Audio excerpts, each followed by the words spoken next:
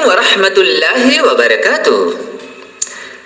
دوستو، آج رمضان المبارک کی 17 تاریخ ہے، یعنی آج 17 رمضان المبارک ہے، اور آج کا دن اسلام کی تاریخ میں نہایت ہی اہمیت کا حامل ہے۔ آج ہی کے دن حق و باطل کے درمیان فرق کرنے والے اسلام کی پہلی جنگ غزوہ بدر لڑی گئی۔ تو آئیے غزوہ بدر کی کہانی بچوں کی زبانیں سنتے ہیں۔ مغرب کی نماز اور چائے وغیرہ سے فارغ ہوتے ہی بچے مقدمہ لیے حاضر۔ عنایہ جھٹ سے بول پڑی کہ ممی آج ابی نے مجھ کو مارا ہے، اور میں نے بھی، اور وہ مجھ سے لڑائی بھی کر رہی تھی۔ یہ باتیں ابھی ہو ہی رہی تھی کہ گھر کے سارے بچے عنایہ، انابیہ، ایانا، مریم، عبداللہ اور ریان جمع ہو گئے۔ ممی بچوں کو حسب معمول پیار سے سمجھا رہی تھی کہ بیٹا، اچھے بچے لڑائی جھگڑا نہیں کرتے، مل جل کر رہتے ہیں، بڑوں کا کہنا مانتے ہیں۔ پیارے نبی صلی اللہ علیہ وسلم اچھے بچوں سے بہت پیار کرتے ہیں۔ پیارے نبی صلی اللہ علیہ وسلم کا نام سنتے ہی چھوٹے مننے عبداللہ بول پڑے، میں تو بالکل بھی لڑائی نہیں کروں گا، نہیں تو اللہ میاں ناراض ہو جائیں گے، اور پھر میری امی کو بھی گناہ ملنے لگے گا۔ سب بچے مننے کی پیاری پیاری باتوں پر ہنس پڑے۔ عنایہ دیر تک سوچتی رہی، پھر اچانک بول پڑی، ممی مجھے پیارے نبی کی کچھ اور بات سنائیے نا۔ سبھی بچوں نے پیارے نبی کی کہانی سنانے کی ضد شروع کر دی، تو ممی نے سب بچوں کو اپنے پاس بیٹھا کر کہانی شروع کی۔ بچوں، آپ کو تو یاد ہوگا کہ ہمارے پیارے نبی عرب دیش کے مکہ شہر میں پیدا ہوئے۔ آپ کا تعلق معزز خاندان قریش سے تھا۔ اللہ نے آپ کو نبی بنایا، آپ نے لوگوں کو اچھی اچھی باتیں بتائیں، اللہ کی مرضی بتائی، ایک اللہ کی عبادت سکھائی۔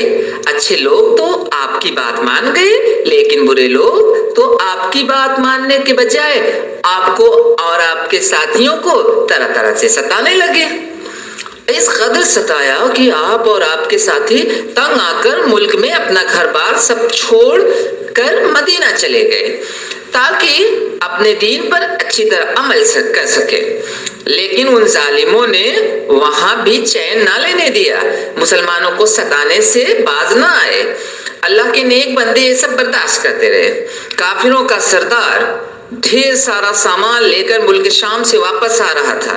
اس کے ساتھ تھوڑے سے لوگ تھے۔ اس کو ڈر لگا کہ راستے میں مدینہ پڑتا ہے، میں نے مدینہ والوں کو خوب ستایا ہے، کبھی وہ لوگ مجھ پر حملہ نہ کر دیں، کہیں وہ لوگ مجھ پر حملہ نہ کر دیں۔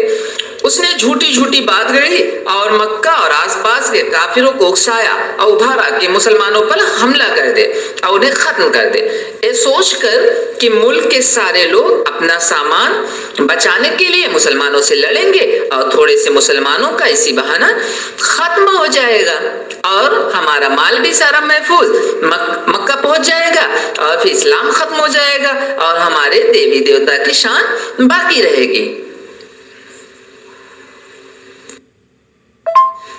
پیارے نبی صلی اللہ علیہ وسلم کو اس بات کا علم ہوا، تو آپ نے حفاظت کے لیے کے خیال سے مسلمانوں کو جمع کیا اور فرمایا کہ ہمیں اس شرارت کو روکنا ہے۔ آپ لوگوں کی کیا رائے ہے؟ آپ کے ساتھی آپ کے حکم پر جان دینے کو تیار ہو گئے۔ ہر شخص چاہتا تھا کہ ہمیں کافروں سے مقابلہ کرنے کا موقع ملے۔ باپ بیٹے میں تکرار کی، ابا جان آپ گھر کی حفاظت کیجئے، مجھے پیارے نبی صلی اللہ علیہ وسلم کے ساتھ جانے دیجئے، اور باپ کہتا نہیں بیٹا آپ گھر رہیے، مجھ سے جنت نہ چھینیے، میرے اچھے بیٹے میری بات مان لیجئے۔ یہاں تک کہ قرآن اندازی کی نوبت آ پہنچی۔ اس شوق میں بچے بھی پیچھے نہ رہے۔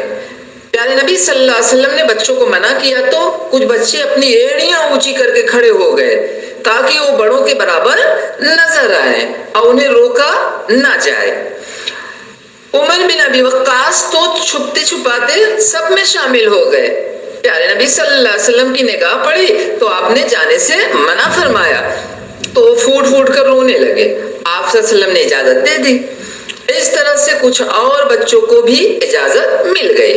شوق اور جذبہ کے باوجود جب مسلمانوں کا شمار ہوا تو کل 313 لوگ ہوئے۔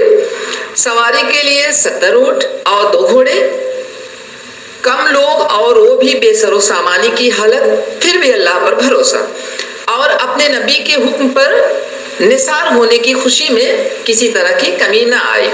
جب نکلنے کا وقت آیا تو پیارے نبی صلی اللہ علیہ وسلم نے دعا کی، میرے مولا تیرے نبی حضرت ابراہیم علیہ السلام نے شہر مکہ کے لیے برکت اور رحمت کی دعا کی تھی جسے تو نے قبول فرمایا تھا۔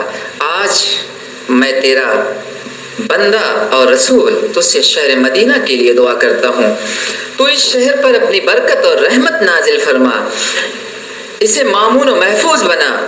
پھر اپنے لشکر پر آپ صلی اللہ علیہ وسلم نے نگاہ ڈالی، ان کی کم تعداد اور بے سر و سامانی کو دیکھا اور دعا کی، میرے مولا ایک گنتی کے لوگ تیرے حکم پر جہاد کے لیے نکلے ہیں، ان کے پاس سامان بھی نہیں، انہیں سامان عطا کر، یہ ضرورت مند ہیں، ان کی ضرورتیں پوری کر اور اپنے دشمنوں پر غلبہ عطا کر۔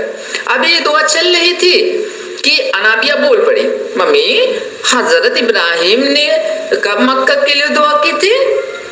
یہ وہی نبی ہے نا جن کی یاد میں ہم لوگ عید الاضحیٰ مناتے ہیں۔ اتنا کہنا تھا کہ مریم بول پڑی کہ چپ رہو، اتنی اچھی کہانی چل رہی تھی، تم نے بول کے کباڑا کر دیا۔ بچوں کی ان باتوں پر ممی نے کہا، بیٹا چھوٹوں کے ساتھ ایسے نہیں پیش آتے۔ اور ہاں انابیہ آپ صحیح کہہ رہی ہیں کہ ان کی بھی کہانی پھر کبھی سنائیں گے۔ اب آپ لوگ سچ میں مت بولیے گا، کہانی ختم ہونے پر جسے جو کچھ پوچھنا ہو وہ پوچھ لے گا۔ ہاں تو میں کہہ رہی تھی، دعا ختم ہونے کے بعد مسلمانوں کا لشکر مدینہ سے روانہ ہوا کافروں سے مقابلہ کرنے کے لیے۔ گرمی کے دن اس پر سے عرب کا ریگستان جیسے لگتا تھا کہ آسمان سے آگ برس رہی ہے، راستے میں کوئی سائبان نہ سائیدار درخت۔ رمضان کا مہینہ، باری باری اونٹوں پر سواری اور پھر پیدل، مگر یہ لشکر نہ رکا اور نہ تھکا، چلتا ہی گیا۔ 12 رمضان کو چلا ہوا لشکر 17 رمضان کو میدان بدر میں پہنچا۔ کافروں کا لشکر پہلے ہی پہنچ چکا تھا اور اچھے علاقہ پر اپنا ڈیرا ڈال چکا تھا۔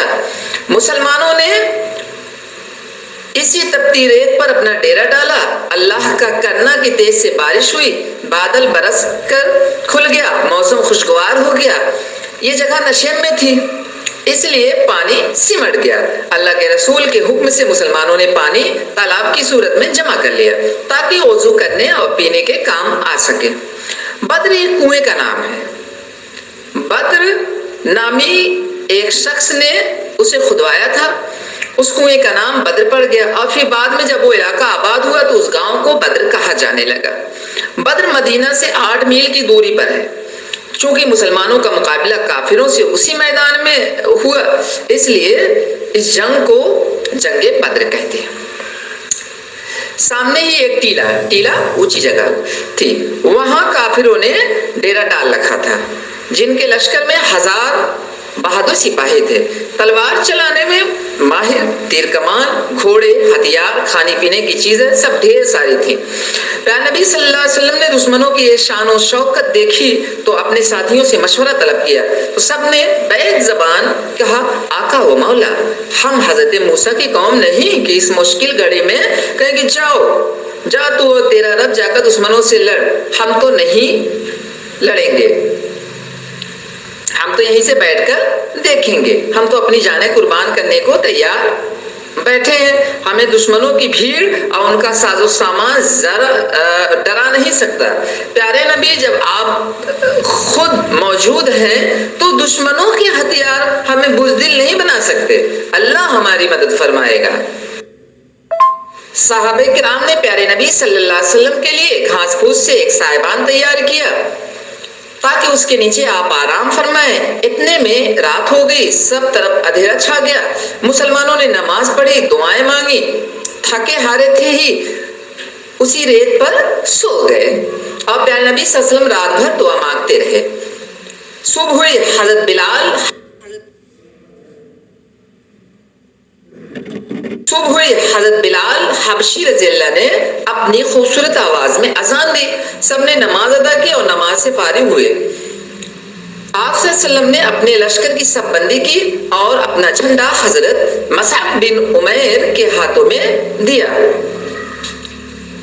ادھر ادھر کافروں نے مسلمانوں کی تھوڑی سی تعداد دیکھی تو خوشی سے اپنے دیوی دیوتاؤں کی جے جےکار کرنے لگے، جےکارے لگانے لگے اور یہ سوچنے لگے کہ یہ تو تھوڑے سے لوگ ہیں، ابھی چند منٹوں میں ان کا صفایا کر کے ہم لوگ مدینہ شہر میں گھس جائیں گے، اسلام کا خاتمہ ہو جائے گا، ہمارے دیوی دیوتا لات و ہبل کا انکار کرنے والا کوئی نہ بچے گا۔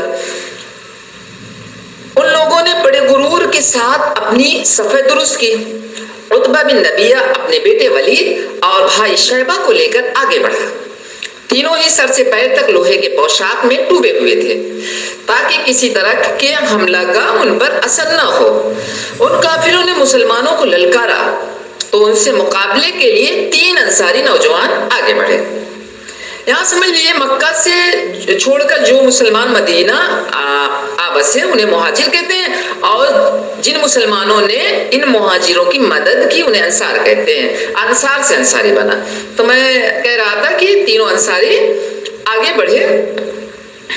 اپنے مقابلے میں انصاری مسلمانوں کو دیکھ کر دشمن اسلام اکڑ کر بولا کہ عتبہ رتبہ دیکھتا ہے، قریش خاندان کا کوئی مقابلے کو آئے۔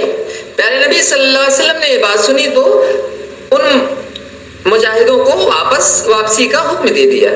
پھر مجاہدین کی طرف سے حضرت حمزہ، علی اور حضرت عبیدہ رضی اللہ عنہم آگے بڑھے، اللہ کے رسول صلی اللہ علیہ وسلم سے اجازت طلب کی اور دشمنوں کے مقابلے میں آ کھڑے ہوئے۔ عتبہ نے حضرت حمزہ سے پوچھا تم کون ہو اور تمہارے ساتھ یہ کون ہے؟ تو انہوں نے اپنی پاٹدار آواز میں جواب دیا، میں حمزہ بن عبد المطلب شیر خدا و رسول ہوں۔ دوسرے علی بن ابی طالب بن عبد المطلب ہیں اور یہ تیسرے عبیدہ بن حارث بن عبد المطلب ہیں۔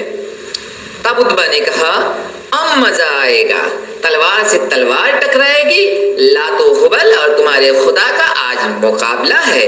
حضرت حمزہ نے جواب دیا بکواس بند کرو، جس کام کے لیے آئے ہو وہ کرو، تلوار ابھی فیصلہ کر دے گی کہ لات و ہبل خدا کا مقابلہ نہیں کر سکتے۔ اب تینوں میں زبردست مقابلہ شروع ہو گیا۔ عتبہ بڑا بہادر و توانا اور جہاں دیدہ تھا لپک لپک کر وار کرتا رہا، لیکن حضرت حمزہ نے اس کے تمام وار خالی کر دیے اور اللہ اکبر کا نعرہ بلند کر کے ایسا وار کیا کہ اس کا سر اور جسم 2 حصوں میں بٹ کر لڑھک گیا۔ اور ادھر حضرت علی نے ذرا سی دیر میں ولید کی پلید نکال دی۔ حضرت شیبہ یہ منظر دیکھ حضرت علی حضرت عبیدہ رضی اللہ یہ منظر دیکھ ہی رہے تھے کہ شیبہ نے موقع سے فائدہ اٹھاتے ہوئے وار کر دیا، جس سے حضرت عبیدہ رضی اللہ عنہ کی پٹلی کٹ گئی۔ حضرت حمزہ رضی اللہ سے یہ منظر دیکھا نہ گیا، فوراً ان کی مدد کو آگے بڑھے اور منٹوں میں شیبہ کا کام تمام کر دیا۔ کافروں نے اپنے بہادروں کو اس طرح کٹتے مرتے دیکھا تو ان کے اوسان ختم ہو گئے، ان کے دل میں لرزہ پیدا ہو گیا، ایک دم سہم سے گئے۔ کافروں کے سردار ابو جہل نے ان کی ہمت بڑھائی اور کہا کہ یہ مٹھی بھر مسلمان اور وہ بھی ٹوٹی پھوٹی تلواریں لیے تمہارا کچھ بھی نہیں بگاڑ پائیں گے، آگے بڑھو اور ٹوٹ پڑو۔ چنانچہ کفار آگے بڑھے لیکن مجاہدین کے سامنے کفار کی ایک نہ چلی۔ ابو جہل کا غیرت دلانا، کافروں کا حوصلہ بڑھانا کچھ بھی کام نہ آیا۔ حضرت حمزہ، حضرت علی و دیگر مجاہدین کے سامنے ان کافروں کی کوئی حیثیت ہی نہ رہ گئی، یہاں تک کہ کافروں کی جانب سے ابو کرشتا نامی ایک آدمی اپنی پوشاک سے لیس گراتا، اکڑتا، بکتا، جھکتا اور ہوا میں تلوار لہراتا نکلا اور چلایا کہ کوئی ہے جو میرے مقابل کو آئے۔ یہ للکار سن کر حضرت زبیر کو تاؤ آ گیا، اس کے مقابلے میں آئے۔ ان کی تلواروں کا وار اس کے بدن سے ٹکرا کر واپس آ جاتا۔ وار کرنے میں ان کا ایک شانہ زخمی بھی ہو گیا، مگر ابو کرش کے جسم پر ذرا سی خراش بھی نہ آئی۔ زخمی شیر حضرت زبیر نے اللہ کا نام لے کر آنکھ میں ایسی تیر ماری کہ سر کے پیچھے سے نکل گئی اور ابو کرش وہی گر کر ڈھیر ہو گیا۔ گرمی کی شدت، جنگ کی سختی، انتقام کا جوش ہونٹوں کو خشک کر رہا تھا۔ کفار مسلمانوں کو کا جمع کیا ہوا پانی پی پی کر حملہ آور ہوتے، مگر کافروں کو مایوسی ہی ہاتھ لگتی۔ اسی دوران دو سگے بھائی گلے میں تلواریں ڈالے آ نکلے۔ ان کی آنکھیں کسی کو تلاش کر رہی تھی۔ حضرت عبد الرحمن بن عوف سے پوچھتے ہیں کہ چچا جان ابو جہل کون سا ہے؟ عبد الرحمن کہتے ہیں معاذ اور معوذ تم اسے کیوں پوچھتے ہو؟ یہ میدان جنگ ہے، وہ بہادر اور بڑا ہے، اور تم دونوں ابھی بچے ہو، کہیں ایسا نہ ہو کہ وہ تمہیں مار ڈالے۔ دونوں بچے بولے ہمیں معلوم ہے، مگر ہم نے قسم کھائی ہے کہ جب تک ہم اسے مان نہ لیں گے چین سے نہ بیٹھیں گے، اس لیے کہ وہ ہمارے پیارے نبی صلی اللہ علیہ وسلم کا سب سے بڑا دشمن ہے۔ مگر وہ تو بہت بہادر جنگ آزمودہ ہے، کیسے تم لوگ اتنے بڑے کا مقابلہ کرو گے؟ حضرت عبد الرحمن بن عوف نے جواب دیا کچھ بھی صحیح، ہمیں اپنی جان کی پرواہ نہیں، ہم اپنی قسم پوری کر کے رہیں گے، لڑکوں نے کہا۔ حضرت عبد الرحمن نے لڑکوں کا اٹل ارادہ دیکھا تو اشارہ کیا کہ وہ دیکھو سر پر لال کلگی اور بدن پر زرہ، اس کے قریب حضرت حمزہ اکیلے دشمنوں سے لڑ رہے ہیں، رکو میں بھی تم لوگوں کے ساتھ ادھر ہی چلتا ہوں۔ یہ سنتے ہی دونوں بھائی پلک جھپکتے اس کے پاس پہنچ گئے۔ حضرت عبد الرحمن کا انتظار بھی نہ کیا، دشمنوں کے حصار اور ان کے وار کی پرواہ کے بغیر ابو جہل پر حملہ آور ہوئے۔ وار پر وار سہتے رہے، زخم کھاتے رہے، لیکن ابو جہل کو دھول چٹا کر ہی چھوڑا۔ اپنے سردار کا حال دیکھ کر کافروں کے آنکھ میں خون اتر آیا، دونوں بھائیوں پر پل پڑے۔ دونوں بھائی بہادری سے آخری دم تک لڑتے رہے، آخرکار انہیں جام شہادت نوش فرمانے کی سعادت نصیب ہوئی۔ ادھر مجاہدین زور دے کر کفار کی فوج کو ہٹاتے اور تلوار چلاتے رہے، یہاں تک کہ میدان دشمنوں سے صاف ہو گیا۔ ان کے بڑے بڑے سردار عتبہ، شیبہ، زما، عاص، ابو جہل اور امیہ سب مارے گئے۔ قریش کی قوت ختم ہو گئی، 70 آدمی ان کے مارے گئے اور 70 لوگ گرفتار ہوئے اور باقی پیٹ پھیر کر بھاگ کھڑے ہوئے۔ مسلمانوں میں سے 14 لوگوں نے جام شہادت نوش کیا۔ اللہ نے اپنے رسول مقبول کی دعا سن لی، ہر مجاہد کو سواری مل گئی، ننگے بھوکوں کو کھانا مل گیا، خالی ہاتھوں کو تلوار اور نیزے مل گئے، کمزوروں کو اللہ نے طاقتور بنا دیا، صبر کا انعام مل گیا۔ چلیے اب کہانی ختم، تراویح کی تیاری کی جائے۔ اور ہاں دیکھیے، جیسا کہ پہلے ہی بتایا کہ آج 17 رمضان ہے، تو آج ہی کے دن لڑائی ہوئی تھی۔ اس دوران منی آیانہ بول پڑی ممی ایک بات بتائیے، ابھی تو آپ اپنے لوگوں کو بتا رہی تھی کہ لڑائی نہیں کرتے اور آپ ہی نے اتنی بڑی کہانی لڑائی والی سنا دی۔ لڑائی کرنا اچھی بات نہیں ہوتی نا؟ ممی ایانہ کی بات پر ہنس پڑی اور کہا کہ لڑائی جھگڑا اللہ کو بالکل پسند نہیں، اسی لیے دیکھیے پیارے نبی اور آپ کے ساتھیوں کو بلا وجہ اتنا ستایا گیا، گھر سے نکالا گیا، انہیں مارا گیا۔ ان لوگوں نے لڑائی کی،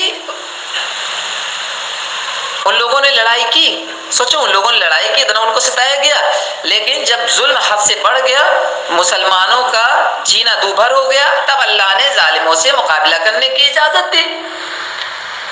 اور وہ لڑائی کسی کی اپنے لیے نہیں تھی، بلکہ اللہ کے لیے، اسلام کے لیے تھی۔ ایسی لڑائی میں تو ثواب ہے نہیں، صحابہ کرام کا ہم پر احسان ہے کہ اپنی جان دے کر انہوں نے اسلام کو محفوظ رکھا، جن کی وجہ سے ہمارے لیے اسلام پر چلنا آسان ہوا۔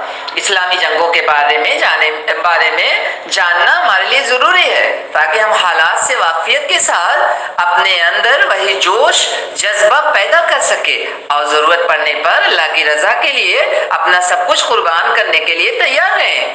اچھا، جنگ بدر کے بارے میں جو باتیں رہ گئیں انہیں سوال و جواب کی شکل کی کتاب تیار کر دیں گے انشاءاللہ، تاکہ جنگ بدر کی ساری بات آپ لوگوں کو معلوم ہو جائے۔ اللہ حافظ۔